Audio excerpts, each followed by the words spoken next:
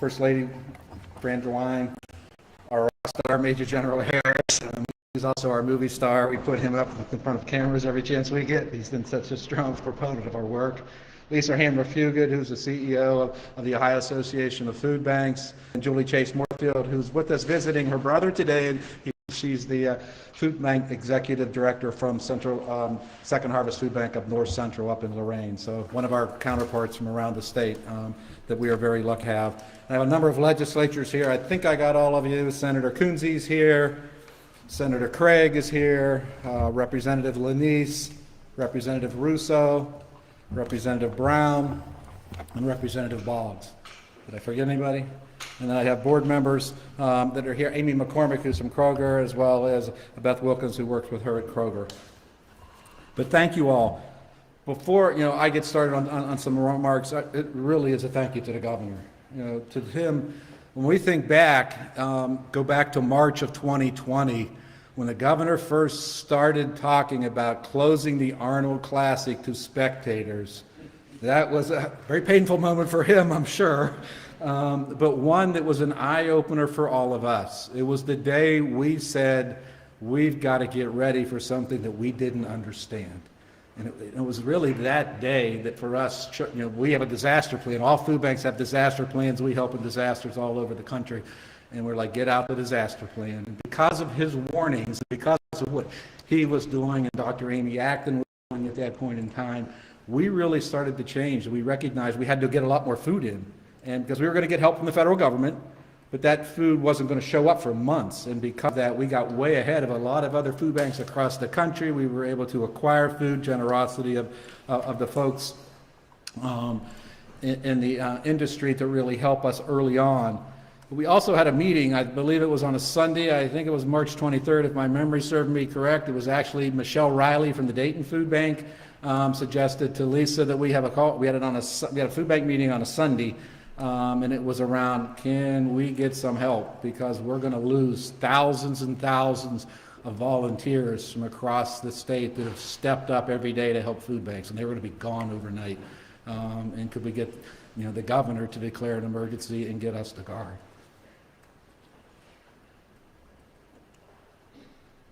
We could not have done this without them.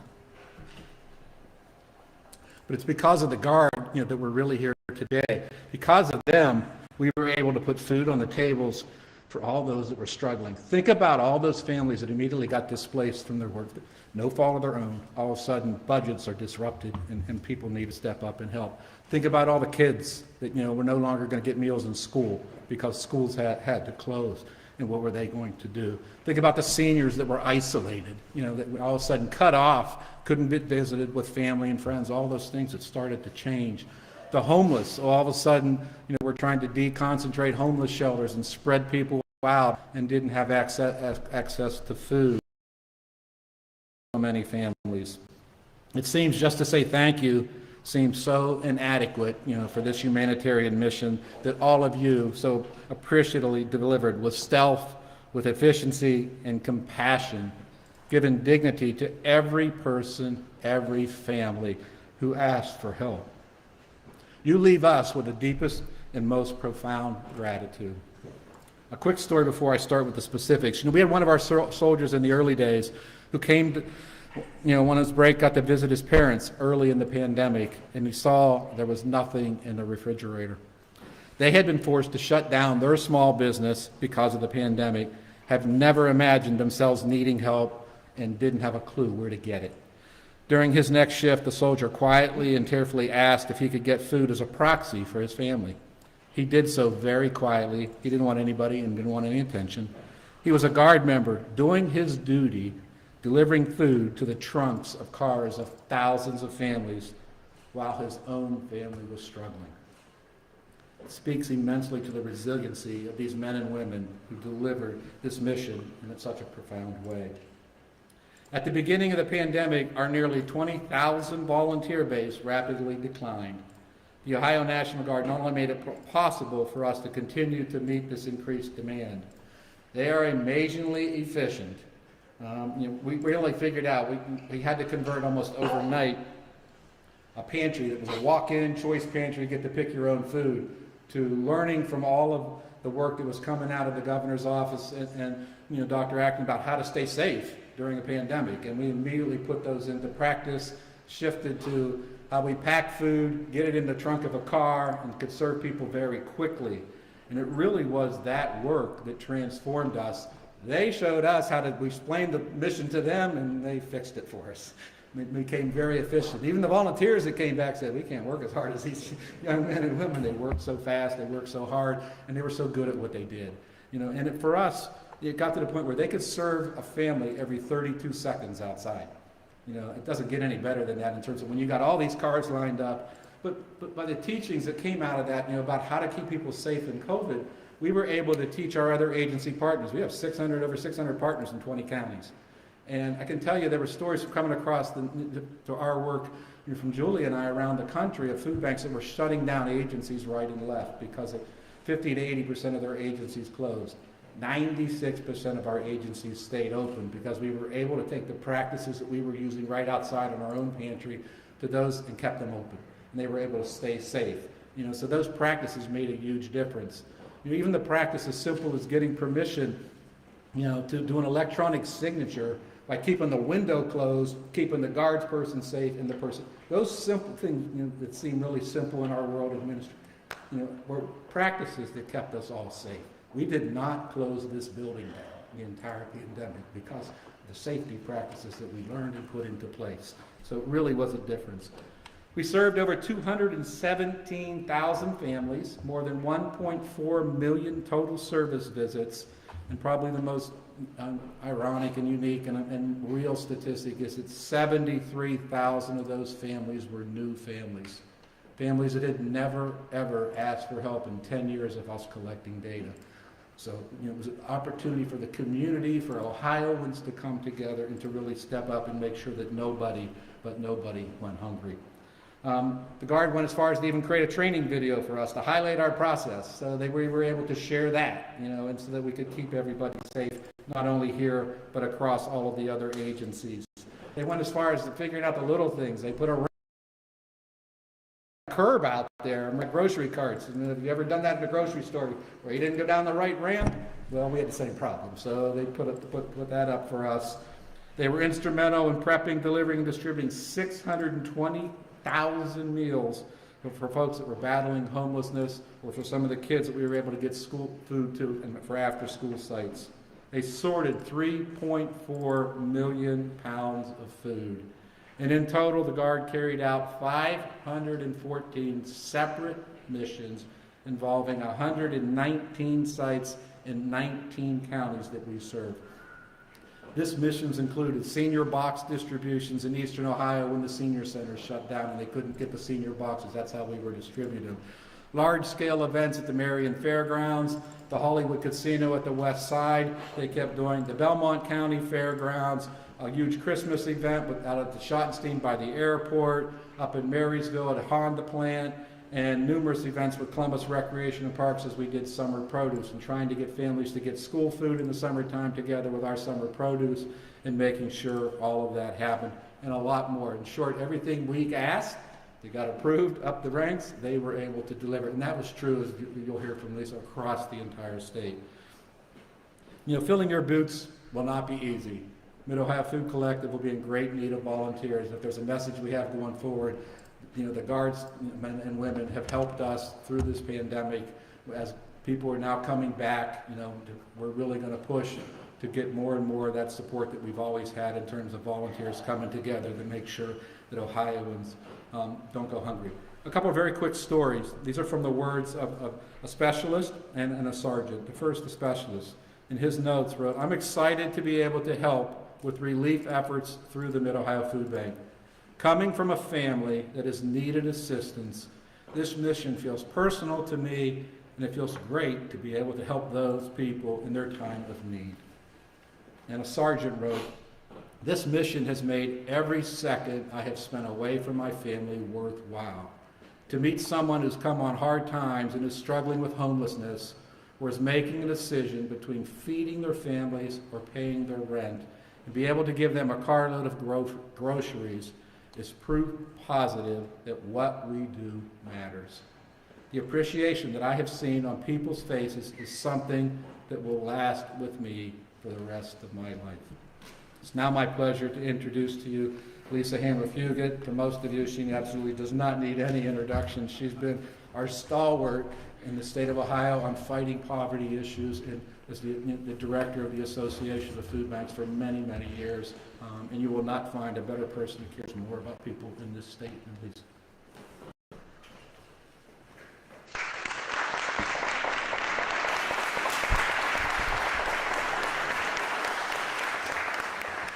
Again, I want to welcome you and thank you, Matt, for hosting us, and thank you all today for attending. As Matt said, the last 16 months have been difficult for all of us. We have had to adapt and innovate, all while worrying about our own livelihoods, our health, and our families. This stress has been exacerbated by the food insecurity for low-income Ohioans, and thankfully, Ohioans in need were able to turn to their regional food bank or their local food pantry during their darkest days.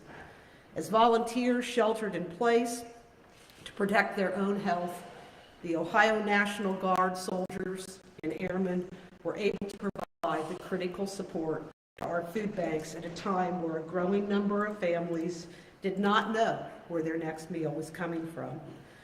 We could not be more thankful, Governor, Major General Harris, First Lady DeWine, and all of the airmen and soldiers who have been deployed at Ohio's food banks and other basic necessities over the past year.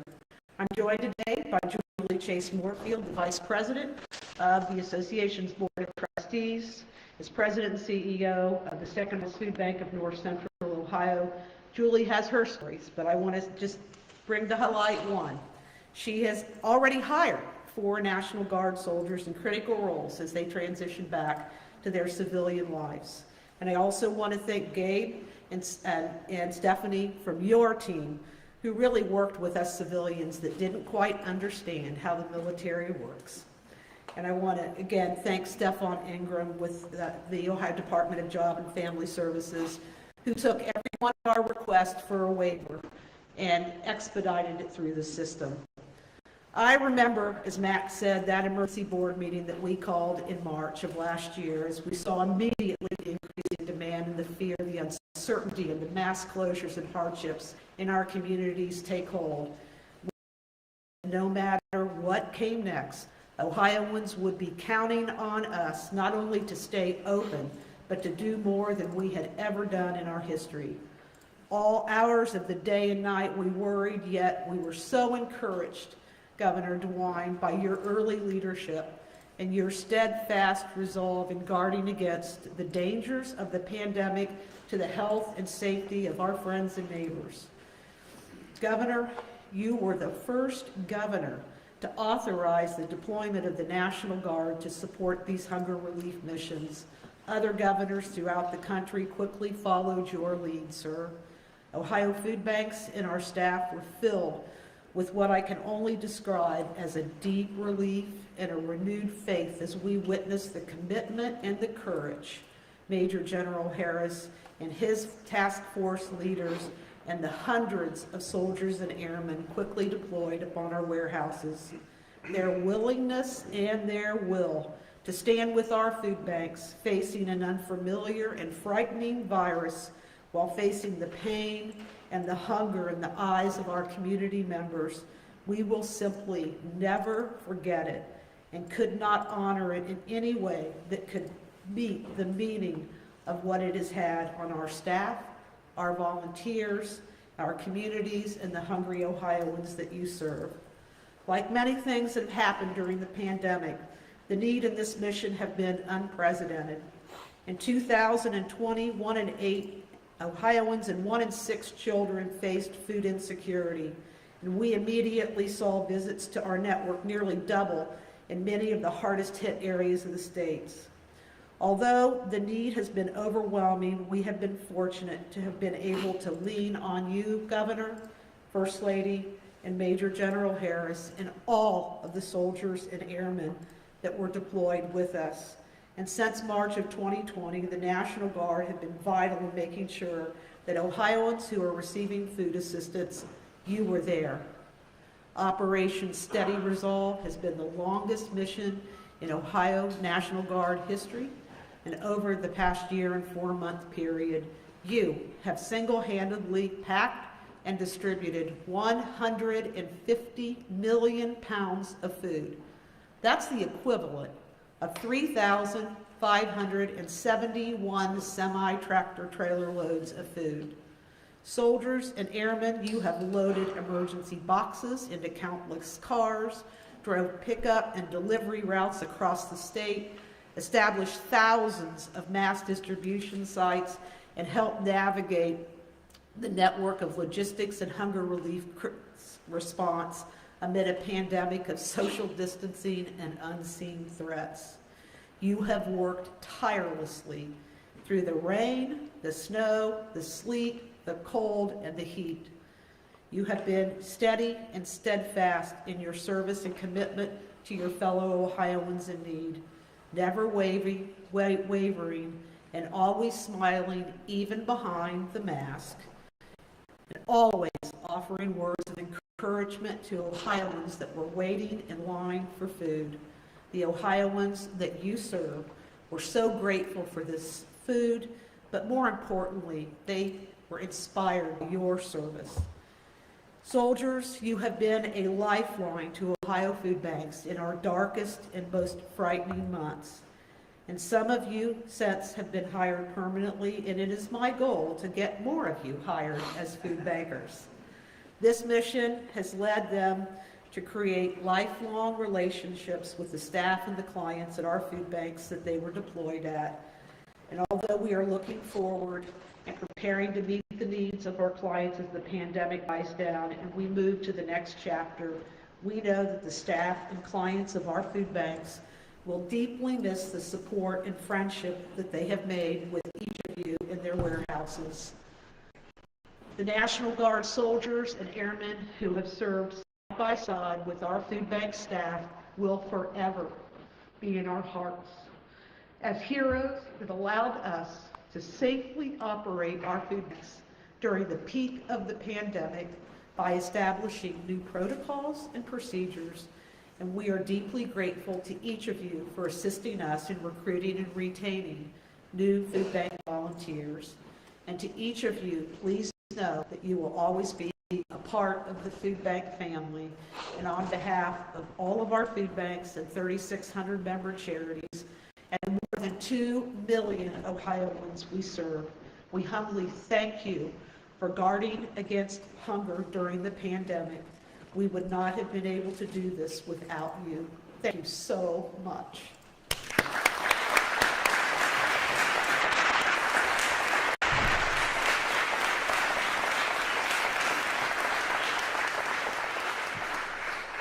Governor, if you would allow me, please. First ladies first.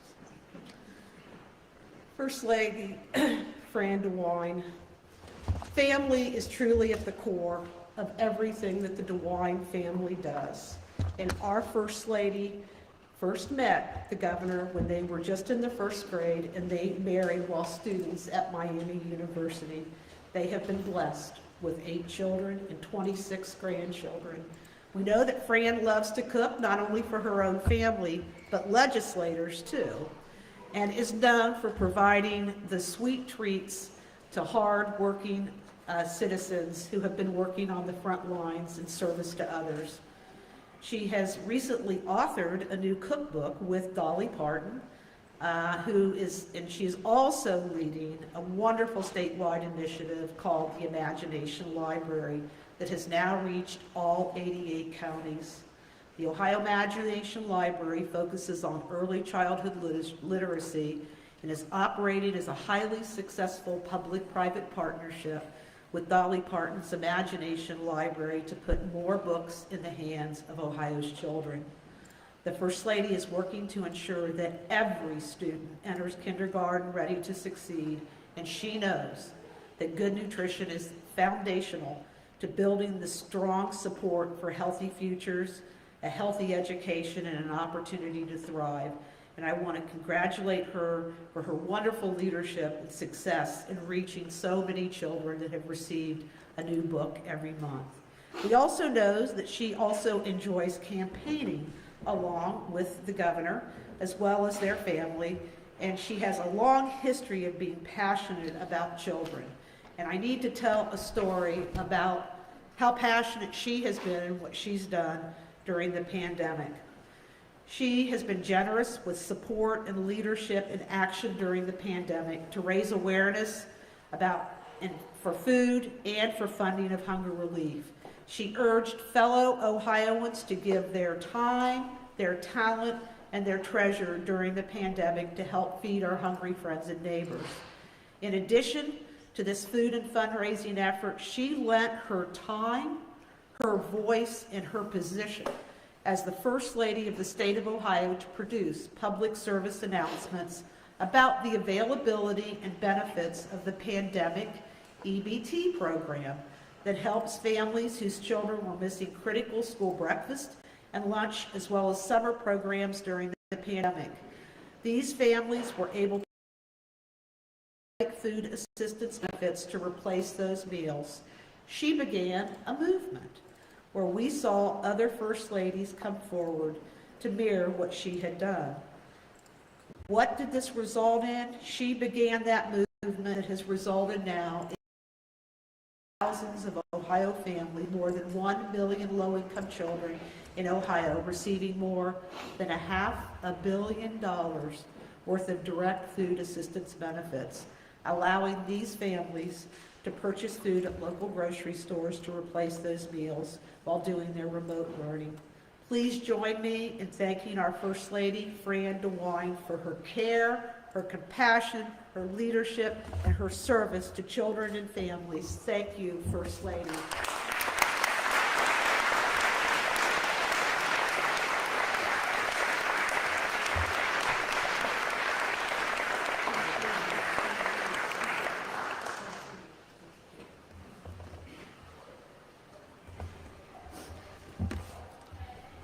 Thank you, Governor. And I am honored to introduce Governor Mike DeWine and thank them for joining us today. Governor DeWine was elected in November of 2018 and began serving as the 70th governor of the state of Ohio in 2019. Family is at the core of everything that our governor does, and that's why he's devoted his life to fighting for Ohio families.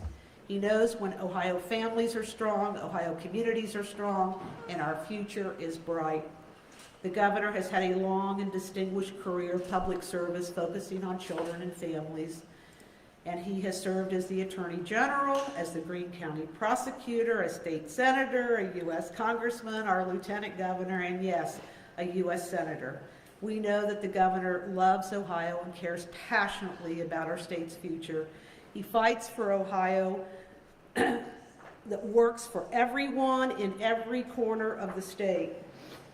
Governor DeWine knows that to build a state into an economic powerhouse, that we must have strong schools, a great quality of life, and a compassion for those that need our help.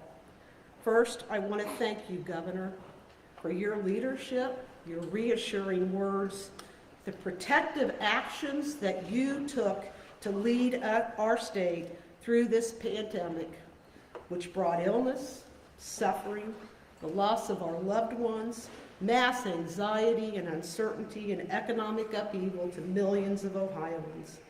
You prioritized the health, the safety, and security for all Ohioans. You led us through our darkest days with a steady hand, with the reassuring words, and served transparency and strong governance. Governor, thank you for making the hard decisions to help protect all Ohioans. All Ohioans owe you a huge debt of gratitude for your wisdom and your actions that protected the health and safety of our citizens. We are here today because of the actions you took in the early days of the pandemic to prioritize the least among us and to ensure that Ohioans who lost their jobs through no fault of their own could get help with food and basic groceries at Ohio Food Banks by deploying the Ohio National Guard on this critical hunger relief mission, and for providing food banks with additional support and funding, and yes, critical PPE, as we work together to turn the page in a new season of hope, renewal, and rebuilding. Governor, congratulations on the passage of the 2022-23 state budget that protects our children, that helps our families, and supports a strong educational foundation and good quality child care, provides opportunities to invest in people and invest in our economy. You have kept your eye on the ball and are investing in what matters, despite the zip code or the income of Ohioans. Thank you for your generous support of hunger relief and Ohio's food banks, and we are honored to work with you in service and in stewardship. Please join me in welcoming Governor Mike DeWine, the 70th Governor of the state of Ohio.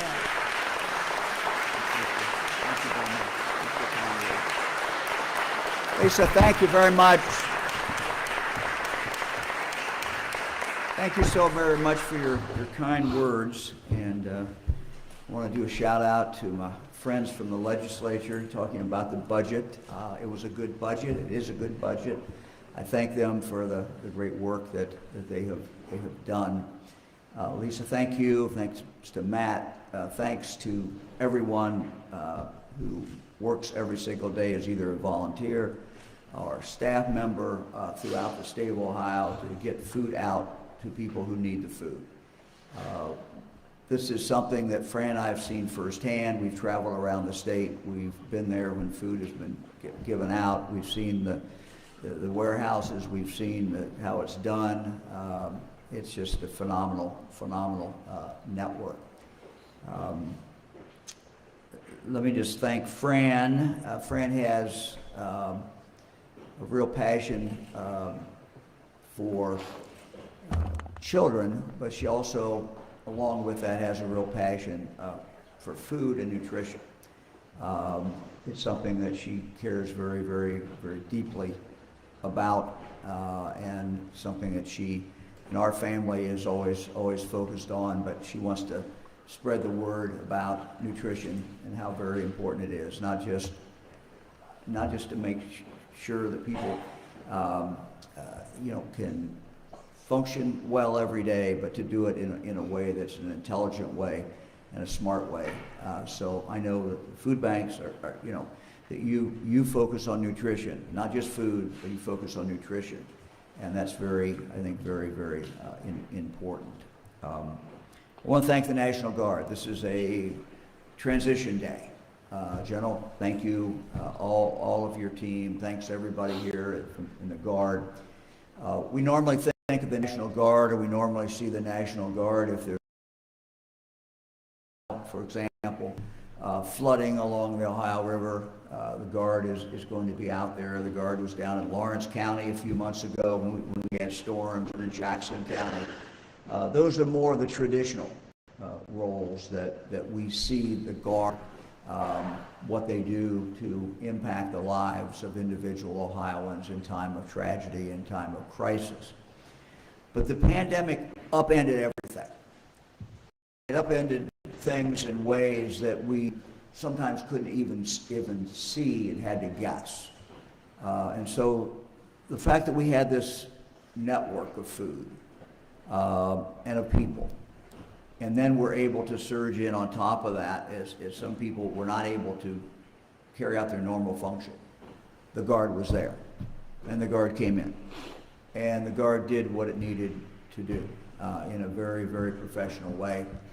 And the relationships that were made, the personal relationships that were made during the last 16 months have been very, very, very significant.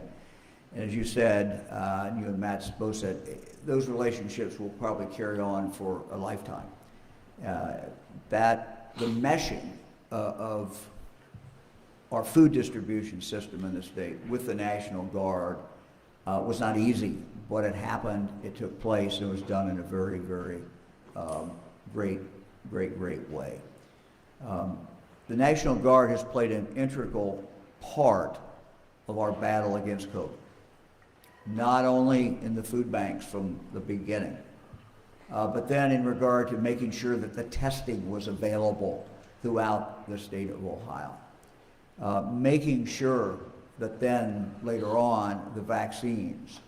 Fran and I have been to over 40 locations where vaccines were being given out, and in a number of those, it was the National Guard who was working with the local health department or working with other providers to make sure that every single Ohioan had the opportunity to get the vaccine. And of course, that role continues on. So this is kind of a bittersweet day as we transition out.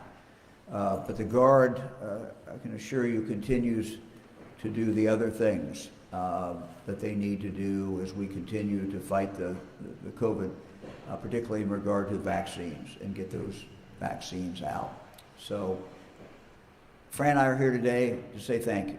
Thank you to all the professionals who get food out every day, the volunteers who get food out every day, and to say thank you and use this as an occasion to say thank you to the men and women of the National Guard for the great role that they have played during this pandemic.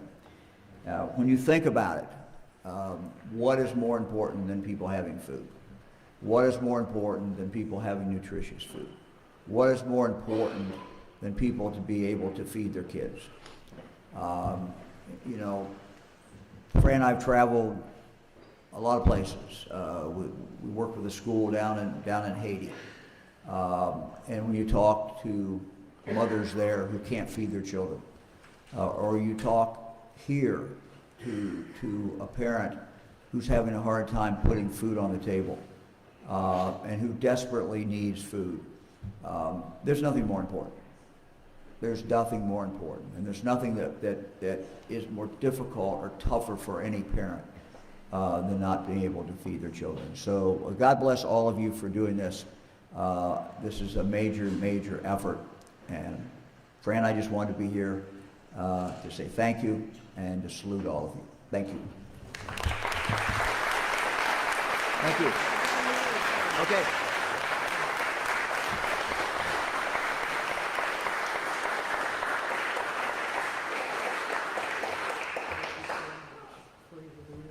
Thank you very much. And a photo montage as well of all of the missions. Wow, that's great. Very nice.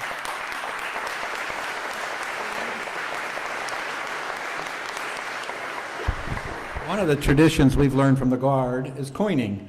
And so we have Yes. crafted our own coin and represented it, and wanted to get the first one to do as well. And we have one for every Guard. We gotta do the shake, right? Yes, We got get that it, right, yes, Jeff? yes. Are we doing it okay?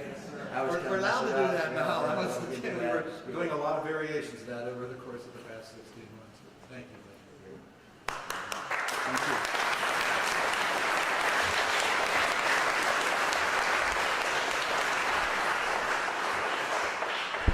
It's now my privilege to ask Major General Harris to come to the podium and to deliver remarks.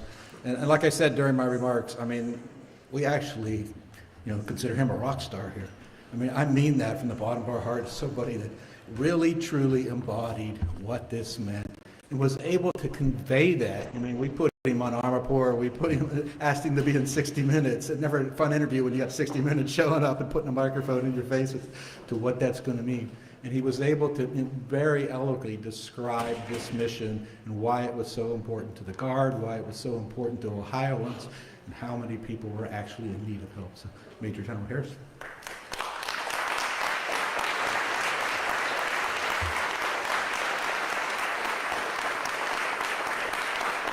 Thank you. I'm so glad you led with that story because it will certainly be one of the highlights for me of this mission. You see, when I was a young officer, 60 Minutes showing up was a euphemism for you really screwed up. So when they called and said, we'd like you to do an interview with 60 Minutes, needless to say, my public affairs people just about lost their minds. Let me begin by saying thanks to a few people involved with this mission. The first, of course, to our governor and the First Lady. I just crossed my 40th year of military service, and I've studied leadership that entire time. Yeah, I saw that expression, young man, knock that off. And in that time, I've studied leadership as a part of this profession, as a part of this craft, as most, if not all of you do. And I can assure you of this, that when this is all said and done, there are going to be books written about Governor Mike DeWine's leadership of Ohio during this pandemic. He led with passion, he led with selflessness. This was a 24/7 job for him, but most importantly, he led very selflessly, because I watched our boss labor over some of the toughest decisions, and in the end, it came down to the criteria of what's best for Ohioans. What is going to protect the most vulnerable Ohioans? What is going to control the spread of this disease? And what is going to help relieve suffering for the people of the state of Ohio? And he was unwavering from that. So, and man, thank you so much for being there every step of the way, because I know this had to be wearying for you also. Thank you, Matt, for your leadership and for your partnership through this. Your passion for what you do is incredibly clear, and it's certainly infectious, and it has been for all of us. And Lisa, if ever I need anyone to advocate for me on any issue, I'm coming for you. When it comes to feeding the people of Ohio, this lady will not take no for an answer. Absolutely relentless in her commitment and her passion for what you do and for the people of Ohio and for relieving hunger to our most vulnerable people. Thank you so much. For our elected officials, thank you not only for coming, but thanks for the budget. Because of that, because of your continued support for the National Guard, we're able to remain ready to respond for missions such as these. And as the governor mentioned, whether that's a flood, whether it's a cyber attack on one of our communities, whether it's shortage of staffing in our nursing homes or shortage of staffing in our prisons, when we're called, we're going to respond, and we're able to respond because of your continued support for us and for what we do. So thank you for that. And for the soldiers, airmen, for the members of the Ohio Military Reserve, God bless you. Thank you. You know, we can measure success in so many ways, and we were challenged with that. I wish you could have been in our headquarters when we were given this mission, asked for this to do this mission to support the food banks. We were lost. We had no idea what food banks were about. We know how to do floods. We know how to do cyber response. We have no idea how to do food banks. But I knew this. I knew that if we had fit, disciplined, and cohesive teams, we could do anything. And you proved that. You proved that time and time again. You've proven that for an entire year and 4 months. So thank you for that. The most important thing, the most important measure of your success is did we maintain the trust? Did we maintain the trust between the leader and the led? Did we maintain the trust that the governor had in us when he so quickly said, yes, send the Guard? Did we maintain the trust with the food banks? Did we maintain the trust with the people of Ohio? Did you ride for the brand? And in this case, the brand is that Minuteman. That Minuteman, that symbol that has existed before this country was a country. The symbol that existed before we had a constitution. There's a Minuteman that stood ready to leave family, to leave the plow, to leave the farm, to answer the call. And I submit to you that our domestic response, our response right here in the homeland, is the most challenging because it requires you to answer the call today. It requires you to answer that call tonight. It requires you to come as you are. There's no spin-up time. There's no year-long train-up. It's our challenge to determine if we truly live up to our calling, that when we're called, we will respond and we'll be ready. And you've proven that over and over again. So yes, you've ridden for the brand, and you've protected that trust so that the next time Ohio's governor calls the National Guard, he can unflinchingly and unfailingly say, yes, send the Guard. So thank you. Thank you for maintaining and perpetuating the trust so the next generation can enjoy the same trust that we have. Thank you for perpetuating the excellence. God bless you. God bless you as you return back to your jobs and to your families. God bless all of our partners that we've been side by side with on this mission. We have now forged a partnership, whether formal or informal, that a bond that will never be broken. And most importantly, I just pray that God continues to bless this great nation. Thank you.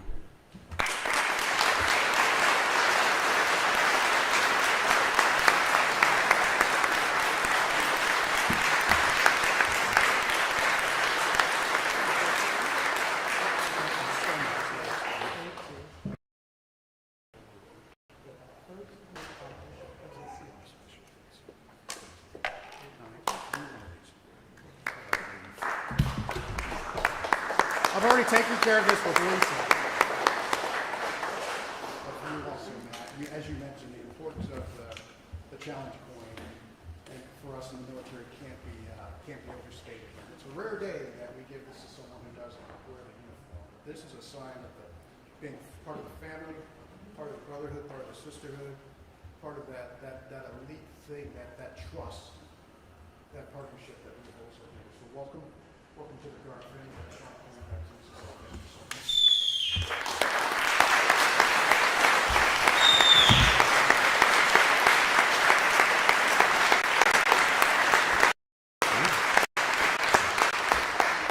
So as we close, we've continued to learn from the Guard, and one of the things they taught us as we've had a number of deployments end over the course of the last 16 months was what they called a clap out, and we have adopted that. So we're going to invite all the dignitaries that are here in the front. We're going to go to the back, and as the Guard leaves, we're going to do a clap out to these folks. It's going to be a